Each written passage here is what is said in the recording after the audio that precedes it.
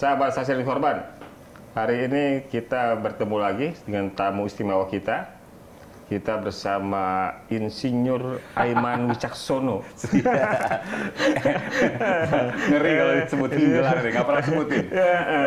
MSI gitu ya. Jadi ini podcast Rumah Aman. Rumah aman, berarti aman di sini. Insya Allah aman ya. Aman gitu ya. Karena kita kan di LPSK punya safe house. Jadi kita kasih namanya Rumah Aman. Jadi orang yang hadir di podcast ini aman. Tapi saya pernah loh ke safe house-nya LPSK untuk wawancara eksklusif di Aiman. Di sana tuh, wah, boleh nggak saya cerita dikit? Boleh. Ini saya potong nih karena mewawancari pewawancara gitu ya. Jadi dikit-dikit ya.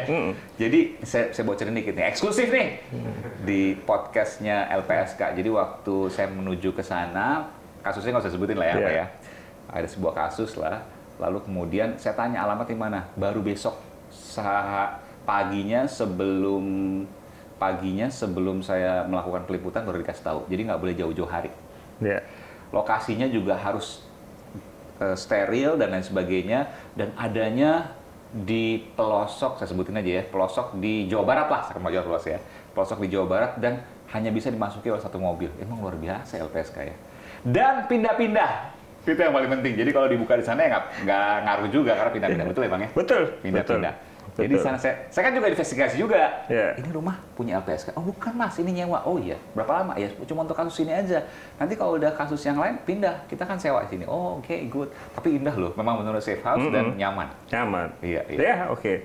Udah sampai kebalik nih. Kita jadi diwawancara. Ya, Bung Aiman ini, Mas Aiman lah ya. Iya. Mas Aiman ini sudah 10 tahun di RCTI, 11 tahun di mana? Kompas TV. Ya, dan sekarang jadi salah satu pimpinan di Inews TV. Ya. Dan banyak banget penghargaan yang sudah diperoleh. Ada Amin, berapa? alhamdulillah. Ada 3, 4? Iya, kalau dikumpul lumayan lah. Lumayan lah ya. Dari 2000 berapa ya? 2006. Iya, dari Kementerian Luar Negeri, berbagai macam ya, alhamdulillah ada kepercayaan itu. Sampai 2000 terakhir itu 2020 kalau nggak salah. Iya. Tadi kan saya bilang Mas Aiman ini insinyur. Iya. Sarjana teknik ya. Tapi minatnya kok sepertinya dalam banyak liputan soal hukum ya. Itu gimana ceritanya, Mas? Nah, ini penting nih buat edukasi juga nih, karena saya tuh sebenarnya waktu SMA maunya masuk ke sosial, A3 dulu nih, A3 ya. A3 sosial. Tapi saya diarahkan oleh guru masuk ke A1 fisika. Ya udah, saya nggak mau tuh. Orang tua juga bilang, udah masuk aja ke, dulu kan orang tua bilangnya paspal. Iya, supaya bisa masuk kemana-mana. Tapi saya belajar, ternyata nggak bisa. Iya, jangan dipaksakan. Kalau minatnya itu ke sana, jangan dipaksakan. Jadi saya masuk ke fisika, lalu kemudian di kelas 3 ada tes minat dan bakat dari sekolah. Ini gelar waktu itu oleh sekolah.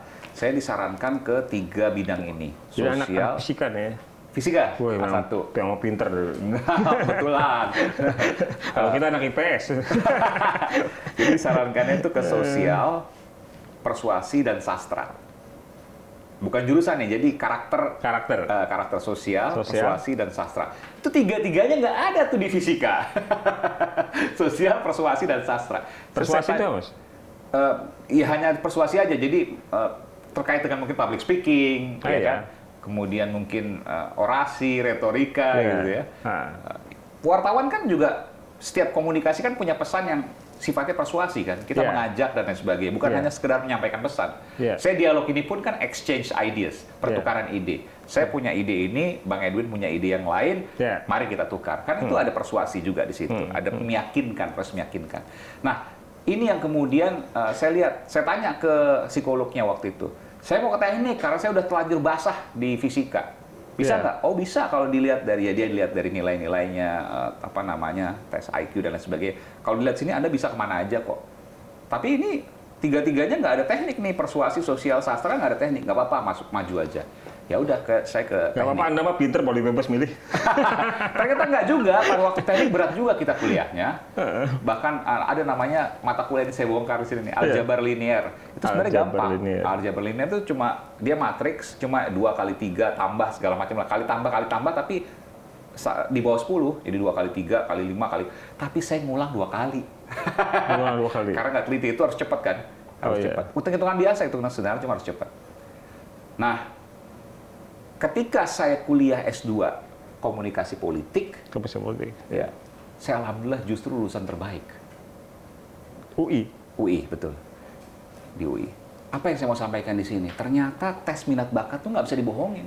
Nggak bisa dibohongin? Nggak bisa dibohongin. Meskipun katakanlah kita dianggap sebagai kategori yang IQ-nya lumayan lah gitu ya, bisa kemana aja, tapi ternyata berat juga kok kuliah teknik, gitu.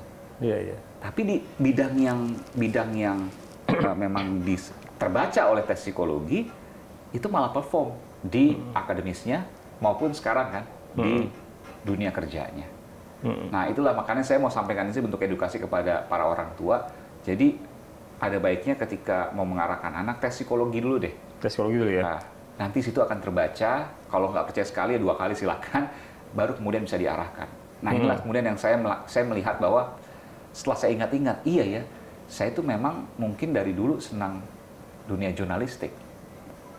Dari mana?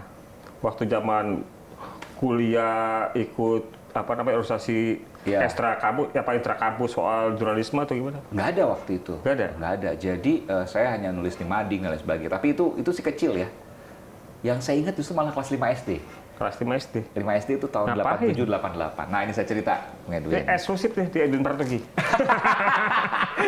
Eksklusif sekarang. Kasih lo gue eksklusif. Iya. Jadi waktu itu baru saja pemilu tahun 1987. Saya ingat betul. Iya.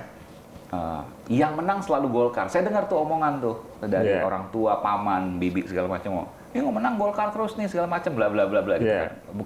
Dulu bukan partai Golkar, namanya Golongan Karya. Iya, Golongan Karya. Iya, betul. Golongan Karya. Belum partai, namanya Partai Persatuan Pembangunan, Golongan Karya dan PDI. Nah, itu aja. Saya tanya, kenapa sih menang terus gitu kan? Kan saya 5 tahun sebelumnya kan belum tahu, masih kecil kan. Tapi kan saya dengar dari paman dan bibi lagi ngobrol-ngobrol sore-sore itu. Ini kelas 5 SD ya? Kelas 5 SD. Emang kenapa bisa menang terus gitu? Ah, so tua kamu gitu. Nggak apa-apa, tapi ada yang belain. Nggak apa-apa, ini ikut diskusi aja ya. Iya, karena ada pengerahan segala macam bilang gitu kan. Pengerahan. Apa pengerahan ya? Dijelasin lah pengerahan tuh gini. PNS ya. Intinya dengan bahasa yang mudah saya pikir PNS itu kerja di pemerintah, iya. Oh, guru PNS dong? Iya. Oke. Siapa lagi? Saya tanya. Oke. Kebetulan kelas 5 SD itu saya sekolah di negeri. Sekolah negeri. Saya tanya ke guru saya. Iya. Pak, benar nggak sih waktu pemilu kemarin Bapak diarahkan untuk milih golongan karya? Kurang lebih gitu ya bahasa bahasa anak kecil nih. Iya. Ketawa-tawa, nggak mau jawab. Saya nggak berhenti di situ. Tanya ke teman saya. Tapi bahasa tubuhnya menjelaskan iya gitu ya? Iya, senyum gimana sih ya? Senyum sambil mau jawab iya nggak enak, mau jawab enggak kok bohong gitu. Saya tanya ke teman saya yang bapaknya PNS. Macam-macam tuh, ada pegawai, macam-macam lah. Saya lupa pegawai, pokoknya PNS lah. Saya tanya, tolong tanya dong bapak lu dong. Waktu pemilu kemarin diarahin nggak sih gitu kan? Dia tanya. Akhirnya pada store ke saya kan. Store informasi. Iya benar, dicatat sama kantornya katanya. Oh gitu ya, oke. Itu eksklusif tuh, kelas MSC saya dapetin data tuh. Dari 3 atau 5 teman saya lupa, kurang lebih gitu ya. Sekitar itulah. Nah, itu saya dapatkan. Iya ya.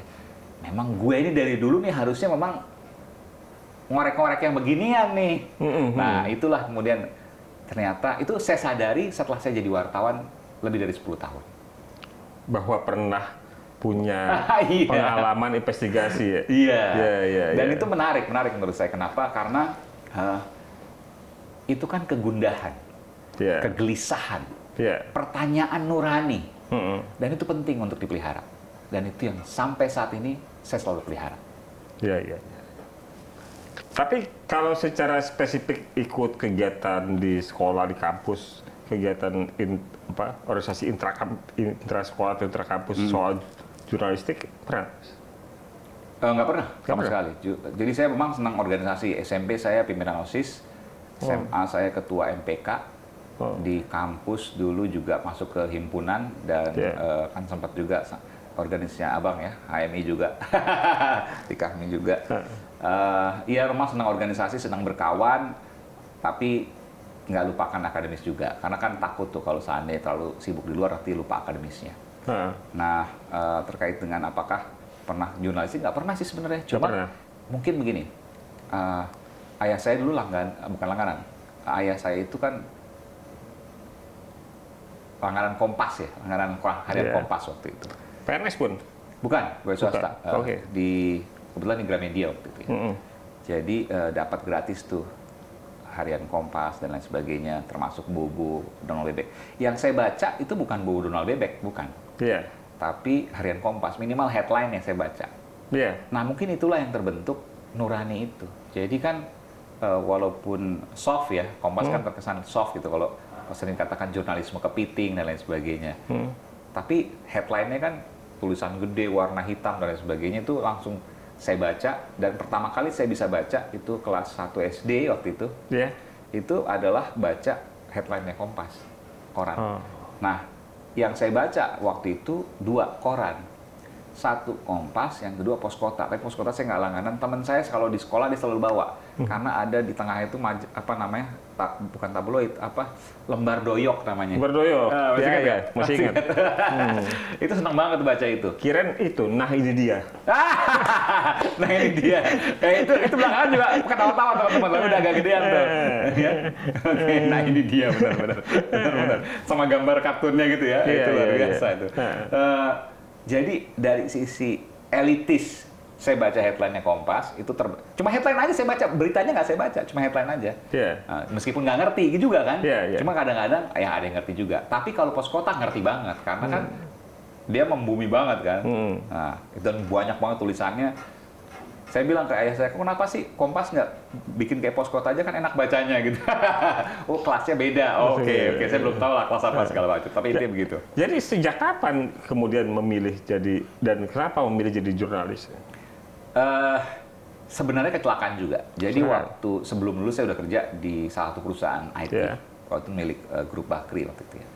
Dan dari situ kemudian ada pembukaan reporter di RCTI.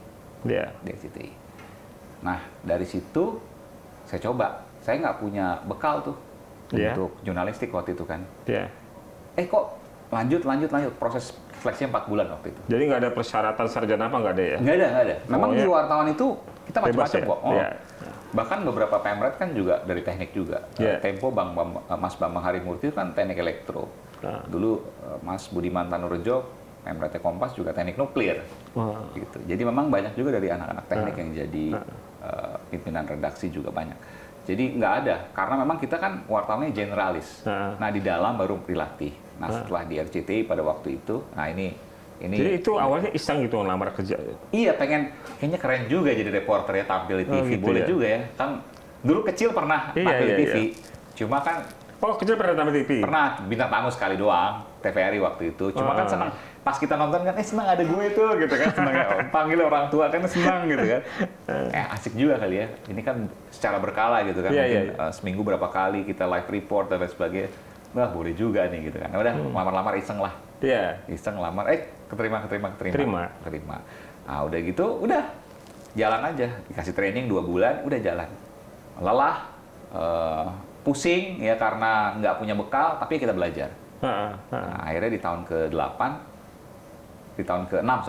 ke-6, saya kuliah lagi terkait dengan komunikasi massa, tapi sub bidangnya politik. Oh gitu ya. Saya politik. Malah yang sejak kecil punya minat jadi jurnalis. Malah jadi sarjana hukum. Sekarang saya pengen jadi sarjana hukum malah. Iya. Jadi sama seperti Bang Aiman tadi cerita ya. Saya harus menunggu bapak saya tidur siang untuk gantian baca korannya. Karena? Kan dia baca koran sambil menjelang tidur siang. Oke. Kalau dia udah tidur siang kan korannya begini. Baru diambil? Baru saya ambil. Jadi kesempatan saya baca koran kalau bapak saya udah tidur siang. Tidur siang kenapa? Karena bukan PNS pasti ya? PNS waktu zaman saya kecil tahun 80-an. PNS itu jam 2 udah pulang. Oh enak banget. Iya. PNS jam 2 udah pulang? Iya, jam 1 jam 2 udah pulang. Beda sama sekarang. Oke. Jadi saya tunggu dulu dia tidur siang dulu baru saya baca korannya. Oke. Dan dari dulu saya pengen banget jadi jurnalis. Karena kata saya wartawan ini kayak perpustakaan berjalan, banyak tahunya gitu. Iya, Kan? iya, Kalau kita baca koran kan segala hal ada kan. Iya, Dari betul, yang politik, ekonomi sampai olahraga kan. Iya, betul. Jadi saya terobsesi itu. Kalau jadi wartawan tuh kayaknya seru ya, pinter ya. Keren gitu ya.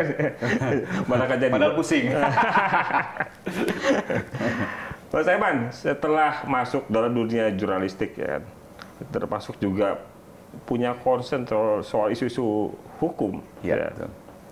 Itu kalau kita lihat dalam dunia bisnis, ya media ini kan bisnis kan, bisnis jasa pemberitaan. Ya. Bagaimana itu jaga independensinya? Iya. Sementara kan pemilik perusahaan-perusahaan besar ini konglomerat, beberapa politisi. Betul. Gimana itu? Itu pertanyaan yang banyak ditanyakan ya. Bahwa di dalam teori-teori komunikasi juga itu menjadi sebuah kritikan gitu ya. Ya. Tapi jangan lupa bahwa pengaruh itu atau dalam tanda kutip mungkin pesanan itu belum tentu dari owner juga. Tapi dari diri kita pribadi kan bisa. Ya. Karena misalnya ini terkait dengan berita LPSK karena saya dekat dengan Bang Edwin lalu kemudian saya bagus-bagusin bisa aja kan? Ya. Bisa aja. Bisa. Tapi dipegang oleh redaktur yang lain misalnya akan berbeda. Ya. Atau misalnya saya pimpinan redaksi, saya suruh untuk beberapa orang untuk mengkondisikan berita ini bisa aja kan? Ya. Bisa. Owner lebih bisa lagi memang. Tapi pertanyaan begini, untungnya nih, ya kalau di TV itu, apalagi TV ya, media itu kan sifatnya terbuka. TV itu juga apalagi terbuka. Ya. Dia salah tulis satu huruf aja, viral tuh. Ya. Tuh kan? Ya. Namanya CG tuh, character generator. Dia salah ketik satu huruf, terus jadi kata-kata yang lucu atau bahkan mungkin aneh dan lain sebagainya, itu viral. Apalagi isi berita yang pro ke A, pro ke B, membabi buta. Ya. Oh, pasti di-capture, di-videoin, lalu kemudian disampaikan ke publik, ya. Viral, nggak ditonton lagi. Kalau nggak ditonton lagi, yang rugi siapa? Satu, mau dia politisi, mau dia pebisnis, pasti nggak dapat pasar. Nggak dapat ikan, karena nggak ditonton. Ya. Kalau dia politisi, lebih parah lagi. Dia politisi dan pemilik media, lebih parah lagi. Udah nggak dapat untung, nggak dapat konstituen juga. Karena TV-nya nggak ditonton. Nah, oleh karena itu saya punya kesimpulan, nggak mungkin tuh. Atau misalnya, setidaknya mereka akan berpikir 1000 kali untuk menggunakan berkali-kali, ya. Kepentingan mereka di TV. Rugi pasti. Nah, tapi di sini, saya nggak berhenti sini. Mari kita prototip terus, mari kita monitor terus. Publik nih, kalau ada pelanggaran, kalau ada ketidakadilan, sampaikan kepada kami atau bahkan mungkin Dewan Pers. Nah, itu ada mekanismenya. Jadi pengawasan publik penting. Saya ingat saya pernah WA Bang Aiman soal penggunaan istilah persekusi. Iya. Kata saya itu kurang tepat. Ya. Karena persekusi itu sebenarnya masuk kategori di pelanggaran HAM berat. Nah, jadi kalau hanya orang sekedar diintimidasi, diancam sesama sipil, ya kan, itu belum masuk itu ke dalam, saya lupa ya. Dalam konteks persekusi. Gitu. Kasus apa waktu itu? Ya waktu itu banyak lah model-model minoritas gitu, misalnya oleh yang mayoritas dihalang-halangi segala macam. Oke. Ya. Dan ya itu tadi soal penonton juga harus kritis segala macam. Ya. Dan waktu itu saya merasa Mas Aiman terima saran saya juga. Betul. Makanya saya lupa kasus apa waktu itu. Ada kasus apa lupa. Di persekusi, dan jangan pakai kata persekusi. Persekusi ya. Karena itu konsekuensinya berat banget tuh. Iya, itu konteksnya pelanggaran HAM berat. Betul. Jadi itu bukan pidana biasa. Coba kemudian digunakan istilah itu supaya memang lebih memudahkan aja mungkin untuk menggambarkan situasi di mana minoritas mengalami tekanan misalnya dari mayoritas. Gitu. Nah, Mas Aiman, beberapa liputan Mas Aiman itu kan investigasi ya. Pasti kan banyak tantangannya tuh. Terutama menyangkut situasi-situasi yang mungkin harus berhadapan dengan aparat, preman, betul. Atau kondisi geografis yang nggak terkira, gitu. Bagaimana Mas Aiman mengatasi ketakutan? Karena kan di investigasi salah satunya soal uji nyali. Kayaknya lebih uji nyali di LPSK nih. Ya, kita jalan aja, mengalir aja, walaupun juga ada terukur juga. Jadi saya mau cerita dikit nih. Waktu, ya betul, bukan hanya soal kaitan ke elitis ya, tapi juga ke preman-preman juga. Nah, jadi saya waktu itu membongkar, ini eksklusif waktu itu Aiman, kita bisa ditayangkan dari YouTube-nya. Manusia pipa. Manusia Jadi pipa. di Tanah Abang itu ada pipa PDAM gede warna biru itu, ada dudukannya itu beton. Nah, antara pipa PDAM dan beton itu apa namanya, dihuni oleh berbagai macam keluarga. Dan biasanya tuh ada beberapa dari mereka tuh preman Tanah Abang lah waktu itu. Jual minuman keras, terus kemudian kan ada malam-malam ada bongkaran tuh, prostitusi dan lain sebagainya. Nah, di situ.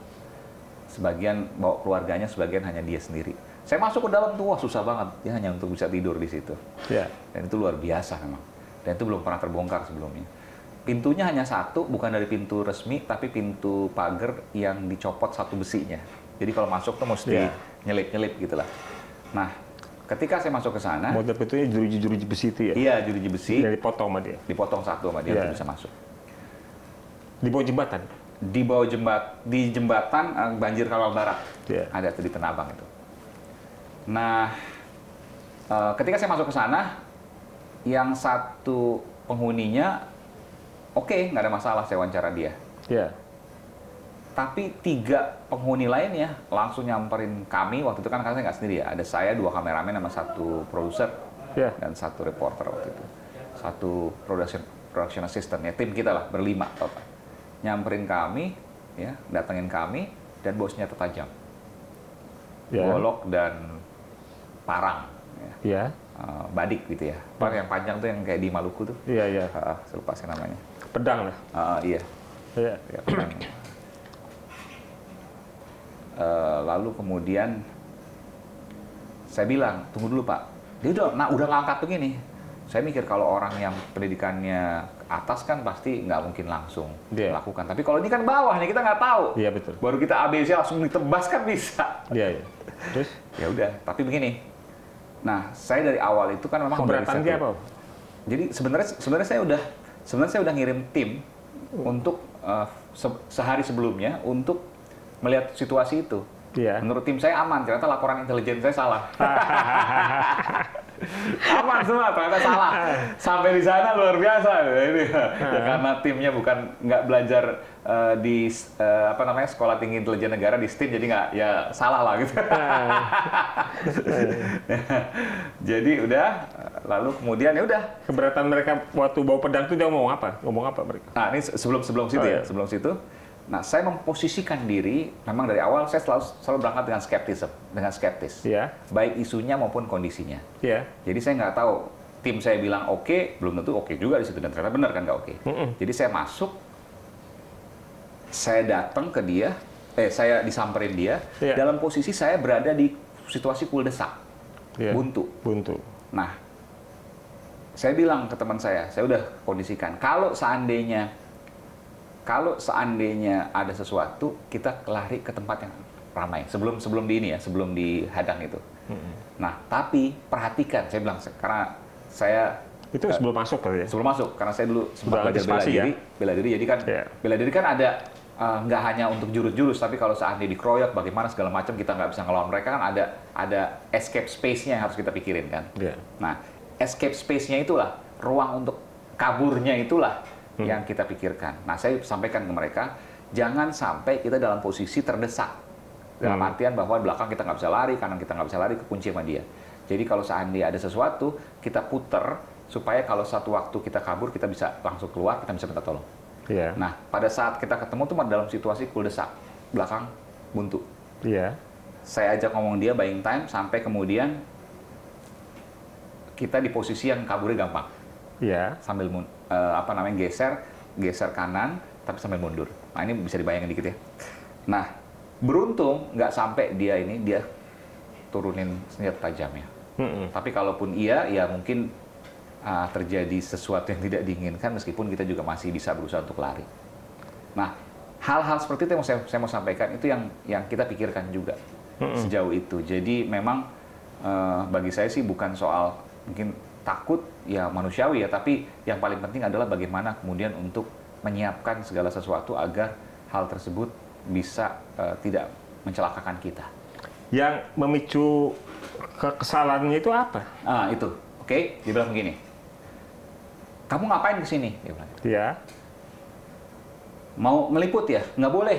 Nanti kalau kamu ngeliput, kita dibongkar semua nih. Oh iya. Saya bilang, enggak, saya mau ambil aja. Saya ambil aja. Saya mau tahu kan ini ada saya meyakinkan lah bahwa ini ada seperti ini. Kan ini kehidupan yang luar biasa. Saya mau tahu kehidupannya di dalam seperti apa. Cuma itu aja kok Pak. Kita nggak bicara soal boleh nggak boleh, aturan dan lain sebagainya. Saya bilang gitu. Yeah. Memang kita hanya mau foto waktu itu, bukan menganggap bahwa ini kan pendatang yang jadi bukan topiknya soal waktu itu legal atau ilegalnya. Bukan. Ya, kan? Angle utamanya bukan itu. Angle utama adalah kehidupan Tapi bagaimana pendatang. orang menjalani hidup di bawah jembatan seperti itu. Betul, pendatang yang struggle, Ya. yang kemudian datang ke situ, hidup di situ dan lain sebagainya. Hanya itu. Ngomong-ngomong di bawah itu bisa berdiri? Nggak bisa. Nggak bisa ya? Nggak bisa. Merangkak. Merangkak. Jadi posisi yang megang pedang juga lagi posisi. Oh enggak. Kalau itu kan bukan di tempatnya, itu di luarnya. Di luarnya? Di luarnya. Oh, di luarnya. Di luarnya. Jadi bukan di dalam ruangannya itu, bukan di dalam kamarnya dalam tanda kutip ya. Itu hanya bisa, ada nanti di tayangan, itu hanya bisa merangkak gitu dan tidur. Itu gratis atau sewa? Sepertinya ada premannya yang mungkin harus nyetor juga di situ ya. Oh, jadi gitu. disewa-sewain juga. Gitu. Ya salah satu premannya itu yang saya wawancara dan yang 3 tadi. Dan benar saja memang beberapa hari setelah tayangan itu bersih. Iya, iya. Itu zamannya gubernur Pak Ahok waktu itu masih. Iya, iya. Jadi kekhawatiran itu sebenarnya relevan lah ya. Iya, dia pintar juga berarti ya. Dia pintar juga. Saya juga udah mikir ke sana sih. Cuma kan saya bilang, ya saya harus dapetin dong. Iya, iya, iya. Karena bagaimanapun juga, satu itu ini ilegal. Cuma kan saya nggak mau angkat legal atau ilegalnya secara khusus dalam program Aiman pada waktu itu. Tapi yang saya angkat adalah fenomena kehidupannya. Iya, iya, iya. Kenapa Kang Aiman tertarik sama masalah-masalah hukum? Ini juga kecelakaan juga nih. Jadi waktu jadi wartawan pertama kali itu saya disuruh oleh korlip saya, koordinator liputan saya itu jaga kamar mayat. Jaga kamar mayat. Dulu masih di RSCM dulu ya. RSCM. Jadi segala satu Jakarta, mungkin satu Jabodetabek kali ya, atau ya satu Jakarta lah. Satu Jakarta itu kalau ada penemuan mayat kan dibawa ke RSCM. Dari situ kemudian kita tanya, ini kasusnya di mana Pak? Ditangani Polsek ini atau ditangani Polres ini? Kita datang ke Polresnya. Jadi kita ambil dulu gambarnya. Liputannya kriminal ya? Pasti kriminal. Pasti kriminal itu. Karena kan ada dibunuh dan sebagainya. Kecuali sakit ya. Kecuali sakit. Dah, dari situ. Dari situ saya belajar tuh, oh ini KUHP ini 365, 338, 340, macam-macam lah. 363, macam-macam lah. Pokoknya itu pasal-pasal KUHP. Dan biasanya kan polisi tuh kalau ngomong tuh bukan kasusnya, ini kasus pasal. Kayak seperti 303 gitu. Itu kan pasal sebenarnya. Nah, itulah kemudian yang terjadi. Jadi lama-lama kok gue jadi hafal ya KUHP gitu. Dan itu berlangsung selama 20 tahun. Jadi dari awal dari Polsek itu sekian tahun, naik ke Polres ya kasusnya, terus kemudian ke Polda yang lebih elitis lagi, dan ke Mabes Polri. Dan setelah itu Mabes TNI untuk kemudian politik ya. Jadi dan KPK. Jadi saya dulu kejaksaan, polisi, Polda, kejaksaan, kepolisian, KPK, Mabes TNI. Jadi politik, hukum, dan keamanan. Itu dulu teman-temannya kontak waktu zaman Kang Aiman masih jagain kamar mayat. Ya, Kapolres sama Kapolseknya mungkin udah jadi Kapolda kali. Udah ada yang purnawirawan.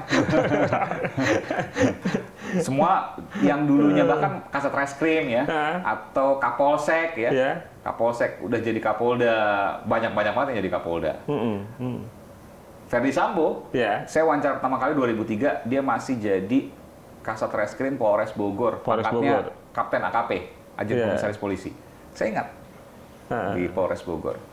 Waktu eksklusif ketemu dengan Pak Ferdi Sambo jadi Kadif Propam. Iya, belum ada kasus waktu itu ya. Belum ada kasus itu kan? Dia masih ingat pertemuan itu?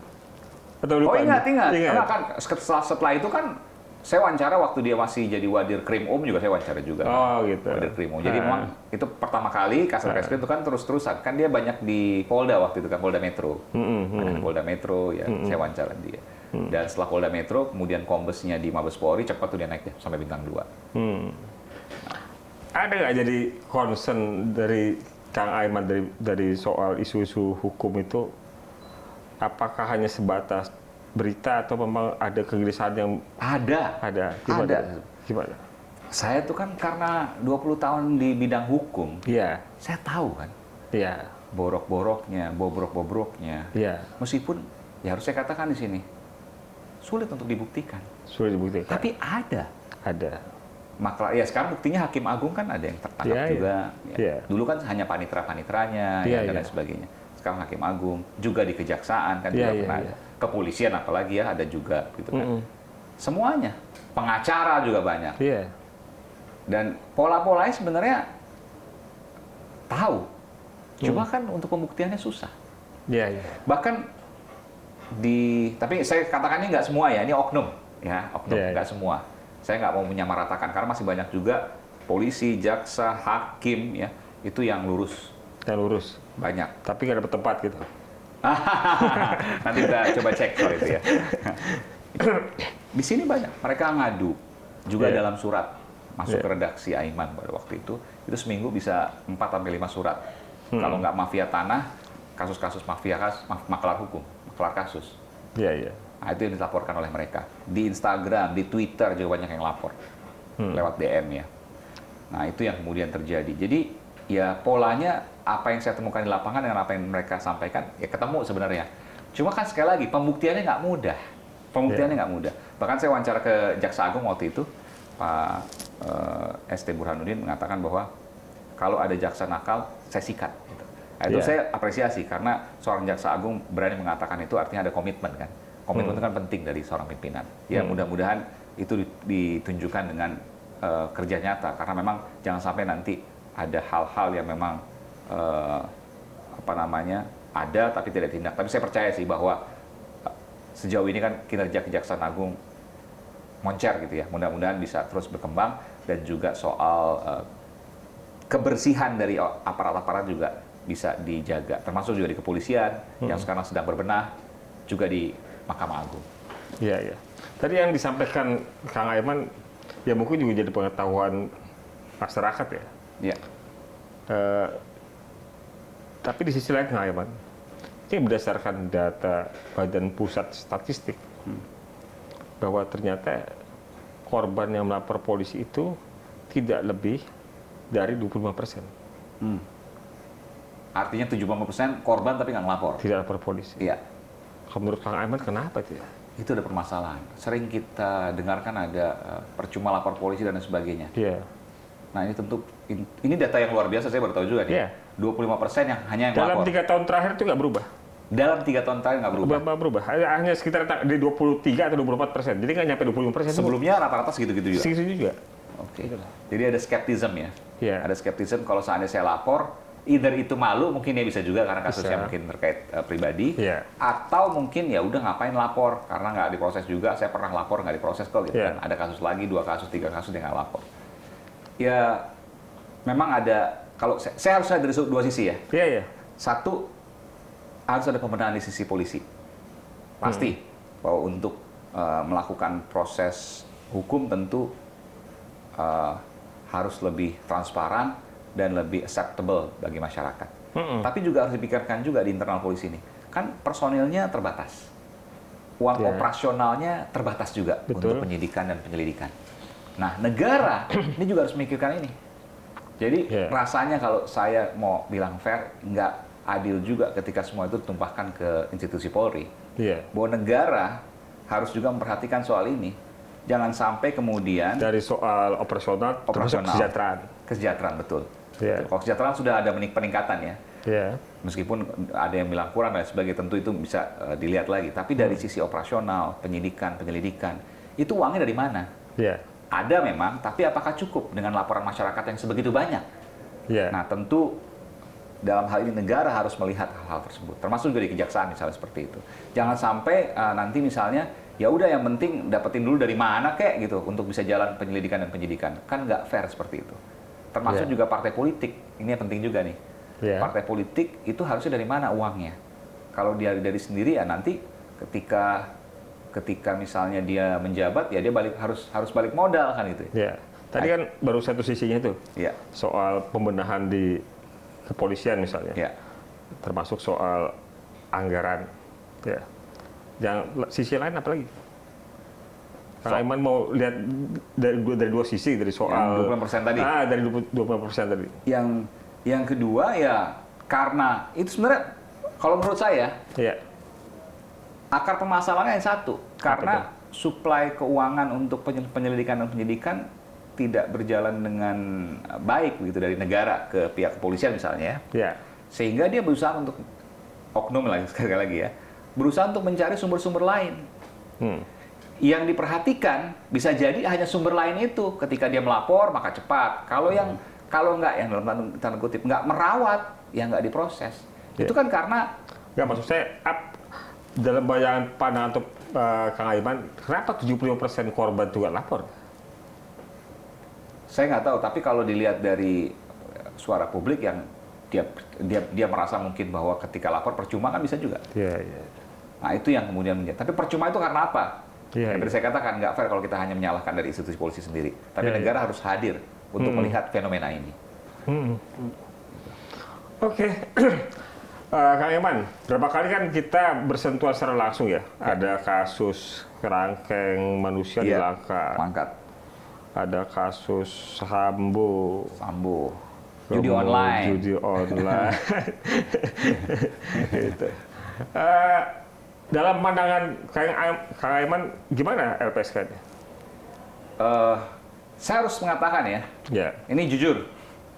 Dalam kasus Sambo ini kan mungkin ini publik melihat saya konsisten untuk memberitakan itu. Ya. Dan saya katakan, saya nggak akan bisa begitu banyak mendapatkan data dari salah satunya adalah dari para lembaga-lembaga negara. Saya nggak usah sebutkan. Salah satunya LPSK kan, saya dapatkan juga. Dan LPSK di sini termasuk juga dari internal Polri juga. Ya. Dan LPSK di sini menurut saya berani untuk menyampaikan hal-hal yang di luar bayangan. Oh ya? Ya. Contoh misalnya waktu apakah yang skenario pertama? Ya, tembak menembak. Ya. Si Eliezer dengan Joshua. Joshua. Dikatakan tembak-menembak. Ya, jago Ya kan? tembak. Dia bilang. Jago tembak. Semua ribut yang bicara hanya LPSK waktu itu, Bang Edwin. Ya. Mengatakan bahwa Joshua itu jago tembak. Baradae tidak jago tembak. Baradae Tidak jago tembak. tidak jago tembak. Alasannya waktu itu kalau nggak salah nggak pernah, Ya, latihan tembaknya hasilnya nggak bagus-bagus amat. nggak bagus-bagus amat. Biasa aja. Kok bisa 5 tembakan kena semua, sementara dari Joshua 7 tembakan nggak Nggak ada kena? yang kena. Ya. Nggak masuk logika. Dan itu dikuatkan oleh pernyataan LPSK. Iya. Dan bagi saya, itu hal yang luar biasa. Karena pada waktu awal, saya ingat betul kasus Iya. Sambo ini, itu kalau kita mengikuti keterangan otoritas dalam hal ini adalah Iya. kepolisian, maka semua sesuai dengan skenario itu kan. Tapi LPSK, IPW pada waktu itu Indonesia Police Watch berani berbeda. Sehingga kami media juga merasa tercerahkan. Publik yang selama ini, yang waktu itu skeptis, merasa ini kok ada yang janggal, tapi nggak ada yang ngomong, diwakili oleh IPW, LPSK, dan juga tentu media yang mendorong itu. Kan, saya bisa bayangkan pada waktu itu ketika LPSK hanya memilih untuk diam. Ya. Kami punya Nggak akan pengetahuan. kebongkar ini. Iya, pada saat itu kami sudah punya pengetahuan. Tapi kami ingin menyampaikan, Oh, sudah punya pengetahuan ya? Punya pengetahuan. Oh, banyak eksklusifnya dong. tapi kami menunggu waktu yang tepat supaya tidak mendahului yang berwenang. Iya. Jadi ketika Baradae dinyatakan sebagai tersangka, ya kan kami sampaikan, satu, Baradae itu tidak jago tembak. Dua, Baradae itu bukan ajudan atau ADC. Surat tugasnya adalah driver. Nah, itu.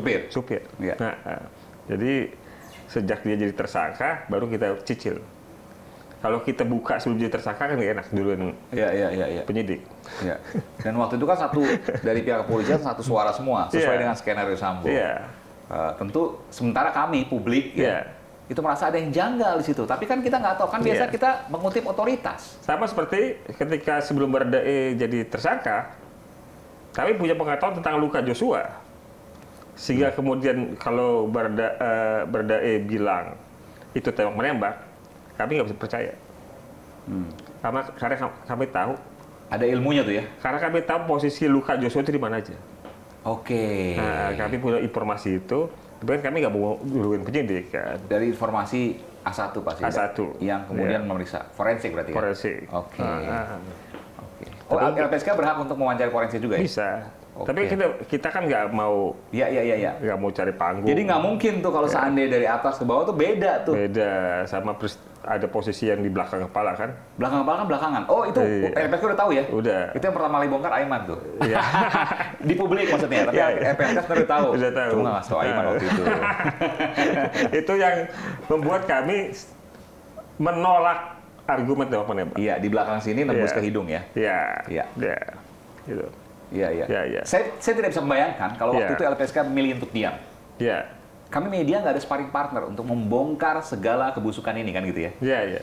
Tapi ketika LPSK kemudian ikut bersuara, maka kami merasa mendapat energi, media mendapat energi. Karena terus terang pada waktu itu kami merasa janggal. Iya. Tapi kami nggak tahu Iya. di mana, karena kami bukan ahlinya. Iya. Oleh karena itu kamu wawancarai waktu itu orang forensik juga kami wawancarai, cuman dia nggak mau ngomong karena di publik, jadi jaim. Iya. Saya wawancara juga waktu itu orang forensik, tapi jaim banget. Iya. Dan beberapa kali terbongkar oleh saya waktu saya wawancara di Sapa Indonesia Malam waktu itu TV yang lama, Kompas TV. Dia, saya bisa membongkar bahwa ya dia bohong yang disampaikan, akhirnya ketawa-tawa. Dan itu di layar. Jadi bagi saya ya mungkin forensik dia nggak berani untuk mengungkapkan di publik karena ada media ada jalurnya sendiri. Tapi bahwa ada hal yang memang janggal yang belum terjawab itu sebuah fakta. Dan kami media nggak diam, kami terus mencari sampai akhirnya menemukan sebuah oase yang namanya adalah pernyataan LPSK. Kang Aiman, kita punya selain kasus Sambo ada kasus Kanjuruhan. Yes. Korbannya 135 orang. Luar biasa. Ya. Dan sebenarnya kita semua saksinya, karena kan kita lihat di TV, di YouTube banyak beredar kan video-videonya. Tapi kenapa ya media memberikan space yang besar pada kasus Duren 3, betul. tidak sebesar untuk tragedi Kanjuruhan? Untuk kita di iNews ya dan MNC Group kita melakukan agenda setting setiap minggu masih dalam kasus Kanjuruhan. Terakhir juga kan Harian Kompas menyatakan bahwa gas air mata mematikan meskipun dibantah oleh pihak polisian. Tentu ini menjadi perhatian kita juga, meskipun prosesnya tentu kan ini menjadi sebuah hal yang berbeda. Kenapa? Karena saya nggak tahu ya, karena ini kan isunya ada, tapi kenapa tidak sebesar Sambo? Berbeda. Karena Sambo itu kan begitu luar biasa pada waktu itu, berhari-hari, berminggu-minggu, dan semuanya ada tuh. Kekerasan, kalau saya sebutan ya, nih ya. Ini rumus lama sebenarnya. Tapi jangan ditiru. Kalau mau ditonton itu 3. VHS namanya. Apa itu? Violence, horror, sex. Laku itu. Pasti laku. Violence, horror, sex. Lihat film-film. Catat tuh. Di kasus Sambo, ketiganya ada. Violence-nya ada. Horornya ya dong, sadis. Iya. Seksnya ada kan? Iya. Ketiganya, dramanya lengkap ini. Oh, begitu. Kenapa kemudian diminati oleh publik? Ini udah, kalau dibilang ini Pak ya, udah. Saya amati juga. Kunci. Kalau ada ini. Misalnya ada podcast atau ada video tentang Duren 3 dan Kanjuruhan, ya, walaupun narasumber podcastnya sama, itu efeknya beda. Viewer di Duren 3 jauh lebih besar. Betul. Dibanding Kanjuruhan. Karena VHS tadi. Karena VHS. Itu ya kalau saya katakan sebagai ketetapan, sunatullah lah gitu ya. Memang manusia itu senang 3 hal itu. Isu-isu yang terkait dengan ketiga hal itu. Violence, horror, sex. Makanya kalau kita lihat film kan ya 3 hal itu. Ya, Kanjuruhan itu ada violence-nya, ada horornya, seksnya nggak ada. Iya, violence ada, horror ada ya. Iya. Betul. Iya. Jadi itu juga mungkin jadi diikuti oleh media karena juga menyangkut bisnis mungkin. Jadi begini, Kami kan bahwa media itu ada bisnisnya, iya harus diakui dong. Kami nggak bisa hidup kalau nggak ada bisnis. Kami nggak dibiayai oleh negara, kami nggak ada iuran kan. Kami harus menghidupi diri sendiri. Oleh karena itu ada aspek bisnisnya jelas. Tapi bahwa tidak semata-mata bisnis itu sebuah nilai yang kami pegang. Misalnya ada pernyataan penting yang memang ketika dinaikkan kita tahu nih pasti jatuh nih, drop nih, rating share-nya drop. Tapi tetap kita tayangkan. Untuk apa? Karena ada idealisme yang kita miliki untuk kemudian menayangkan itu. Apapun itu. Politik juga demikian. Saya sebutkan ini, saya bongkar nih. Eksklusif ya? Eksklusif. Nggak semua tokoh politik itu diminati oleh publik. Ada misalnya tokoh A, dia selalu drop tuh rating share-nya kalau ngomong. Tokoh B selalu tinggi, misalnya. Kan nggak mungkin tokoh B terus yang kita naikkan. For the sake of the balancing gitu ya, untuk keseimbangan. Harus semuanya kita naikkan. Tapi kita harus dalam tanda kutip bunuh diri dengan menaikkan tokoh A. Ya nggak apa-apa. Dan durasinya juga sebisa mungkin sama. Ketika tokoh B naik, tokoh A juga harus naik sama dengan durasi yang sama. Nah itu kan kita nggak bicara bisnis. Kita bicara soal etika jurnalistik. Kita bicara soal cover both sides. Kita bicara soal keseimbangan. Bahwa ada porsi-porsi tertentu, misalnya Sambo karena diminati maka panjang, lalu kemudian ada yang lain tetap ada, tapi dengan porsi yang lebih sedikit, itu sebuah fakta lagi, sebuah pertimbangan. Kan kalau seandainya kita tutup mata, kacamata kuda. Maksud saya soal menyangkut agenda setting. Betul. Artinya kan kalau Duren 3 memang tadi yang unsurnya terpenuhi 3, horror sama violence gitu. Tapi kalau menyangkut agenda setting dari peristiwa yang luar biasa di Kanjuruhan itu, ada harapan nggak sih seperti apa penyelesaiannya? Harus. Gitu kan. Karena 135 orang tuh bukan jumlahnya. Jangankan 131 orang meninggal aja tuh nggak boleh kita lupakan. Apalagi nih 135 orang. Yang kedua adalah soal sosok dan tokohnya yang kemudian mencerminkan karut-marut dari pelaksanaan penyelenggaraan sepak bola. Dan seterusnya. Itu tentu itu menjadi sebuah perhatian agar tidak terulang kembali. Pemilihan tempat, stadion, dan lain sebagainya. Nah, itu yang harus kita kawal. Dan ini banyak kan, aspeknya banyak. Memang tanggung jawabnya nggak seperti kasus Sambo. Kalau kasus Sambo kan jelas. Siapa tanggung jawab apa, tahu. Kalau ini kan nggak. Ada PSSI, ada penyelenggaranya, saya lupa namanya apa tuh ya. Ada kepolisian yang mengamankan, macam-macam. Kalau kepolisian tahulah kita perannya. Tapi kalau PSSI dan panitianya itu kan sejauh mana nih irisannya? Publik kan nggak banyak yang tahu juga soal itu. Beda dengan kasus Sambo. Kalau kasus Sambo jelas ada penyidiknya, tanggung jawabnya apa. Ada Sambonya melakukan apa, pelakunya yang lain melakukan apa, itu jelas. Kalau kasus Kanjuruhan kan siapa yang tanggung jawab nih? Nah ini polisi aja untuk menyelidikinya perlu waktu. Apakah PSSI atau hanya sebatas panitia atau kedua-duanya? Sejauh mana tanggung jawabnya, lingkup dan perannya, tupoksinya, itu kan yang perlu didalami. Dan itu nggak mudah buat pemirsa. Dan yang sulit bagi pemirsa, ini kalau kita bicara TV ya, yang sulit-sulit itu nggak laku biasanya di TV. Gitu ya. TV itu dia harus sederhana. Kalau susah, produsernya atau redakturnya, dia harus memberi pemahaman sehingga itu menjadi sederhana. Kalau di roll, dilempar gitu aja dengan sulit, nggak ditonton. Nggak nonton ya? Dan memang tugasnya media kan juga membuat yang sulit jadi mudah kan? Harus seperti itu. Dan TV menjadi ekstrim seperti itu. Karena kalau koran, orang gampang. Orang beli koran untuk baca berita dong. Orang beli TV untuk dengerin berita nggak? Untuk nonton berita nggak? Belum tentu. Orang beli TV untuk nonton dangdut, variety show, sinetron, Turki, Korea, dan lain sebagainya. Musik ya. Tapi kalau orang beli koran, pasti mau baca berita. Atau orang buka .com gitu ya, .com berita pasti mau baca berita. Nah itulah bedanya. Sehingga saya katakan di sini ekstrim. Informasi-informasi yang ada di TV itu harus sesederhana dan seringan mungkin. Seberapapun sulitnya. Soal G20 misalnya, itu kan elitis banget tuh. TV harus bisa menerjemahkan itu menjadi makna-makna yang sederhana. Kang Aiman, saya sudah lama kagum kalau lihat Kang Aiman di TV itu menyangkut artikulasi, artikulasi, terus penggunaan pilihan kata segala macam. Itu belajarnya gimana sih? Percaya Ada tipsnya nggak? Dulu saya gagap loh. Oh ya? Iya. Sampai kapan? SD, Sampai dengan SD lah, SMP saya udah mulai berani. Makanya saya waktu itu beranikan diri untuk tampil di tempat publik, jadi OSIS, MPK segala, supaya saya dipaksa untuk ngomong. Oh iya. Dipaksa. Saya sebenarnya orangnya berani ngomong di depan publik. Ya. Tapi nggak lancar waktu itu. Ya.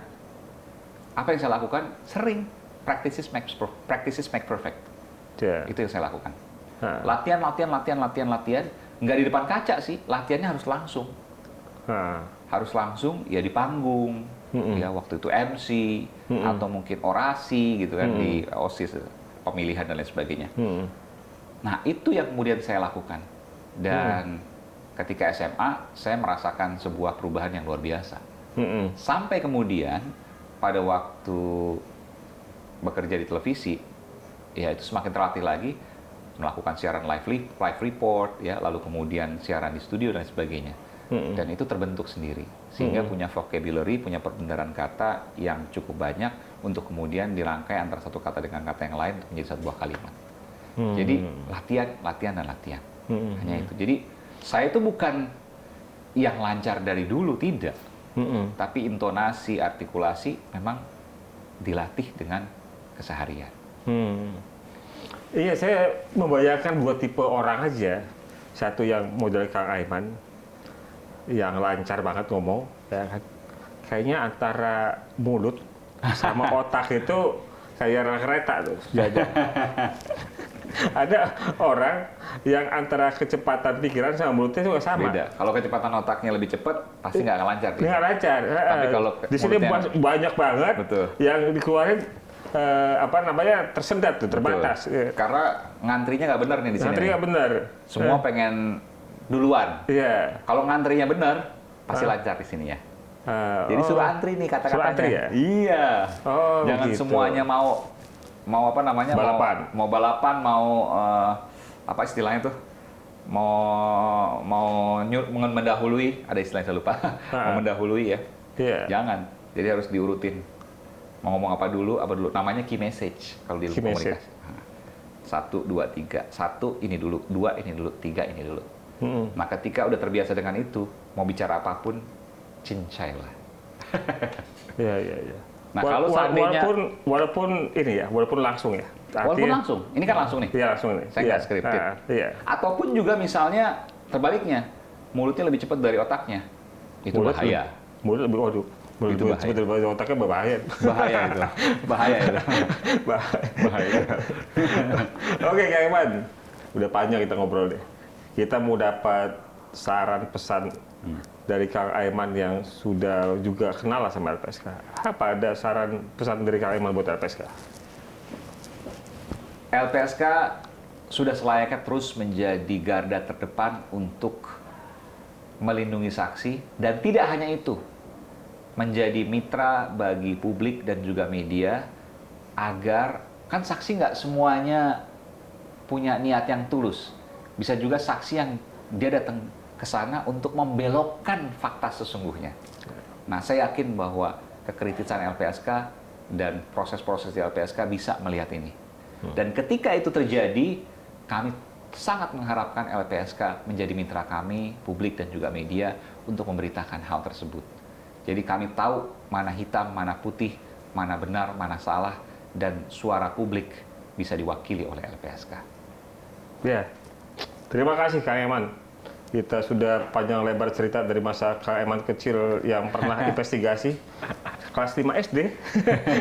Soal politik lagi. Iya. Tapi ada teknik yang nggak sengaja jadi jurnalis, tapi akhirnya kecebur dan ternyata asik. Asik. Sekarang rencananya mau jadi mahasiswa S1 Fakultas Hukum. Fakultas Hukum. Universitas mana yang mau memudahkan Kang Aiman jadi mahasiswanya? Saya daftar ya. Ya kan? Coba Pak Rektor, Pak Dekan, silakan hubungi Aiman.